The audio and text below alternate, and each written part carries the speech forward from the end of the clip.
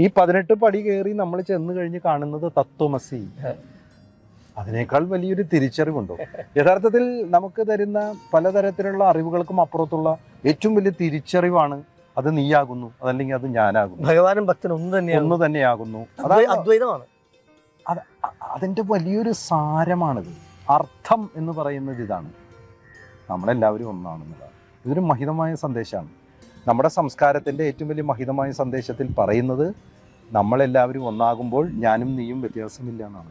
അതിനേക്കാൾ വലിയ ഒരു ഭക്തിയിലൂടെ അതിനേക്കാൾ വലിയൊരു സന്ദേശമുണ്ടോ? ജയരാജന്റെ ചെറുപ്പം മുതലുള്ള ശബരിമല യാത്രകൾ ഇപ്പോൾ ഓർക്കുകയാണെങ്കിൽ എങ്ങനെയാണ്? ഞാൻ ചെറുപ്പത്തിലൊന്നും പോയിട്ടില്ല, കാരണം അന്നൊന്നും എന്നെ കൊണ്ടുപോയിട്ടില്ല എന്ന് തന്നെ പറയണം. ഞാൻ എൻ്റെ ഒരു കോളേജ് കാലത്തൊക്കെയാണ് പോയത്. ഞാൻ ശബരിമലയ്ക്ക് പോകുന്നത് എങ്ങനെയാണെന്ന് വെച്ചാൽ എൻ്റെ സുഹൃത്തുക്കളുടെ കൂടെ. അപ്പോഴേ അതിനൊരു ഹരമുള്ളൂ.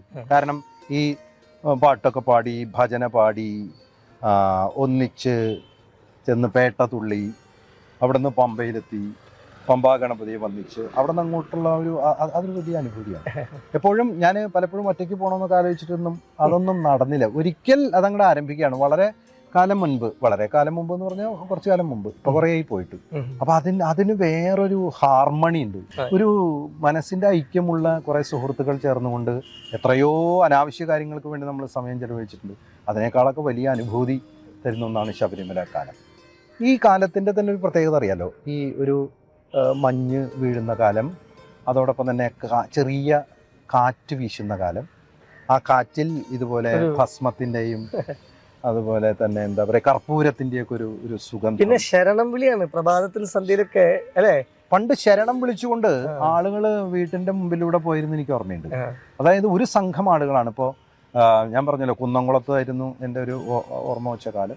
പിന്നീട് ചേലക്കരയിലായിരുന്നു, അത് കഴിഞ്ഞ് ചാലക്കുടിയിലായിരുന്നു. പിന്നെയാണ് പനമുക്കിലേക്ക് വരുന്നത്, നമ്മുടെ നാട്ടിലേക്ക്. അവിടെയൊക്കെ അതിരാവിലെ ഒരു 5 മണിയാകുമ്പോൾ, എൻ്റെ വീട് അമ്പലത്തിൻ്റെ തൊട്ടായതുകൊണ്ട് 5 മണിയാകുമ്പോൾ ഇങ്ങനെ ശരണം വിളിച്ചുകൊണ്ട് ആളുകൾ ഒറ്റ ശ്രുതിയിൽ സ്വാമി ശരണമയ്യപ്പ സ്വാമി ശരണം എന്ന് പറയുമ്പോൾ തന്നെ നമ്മൾ ഉണരും.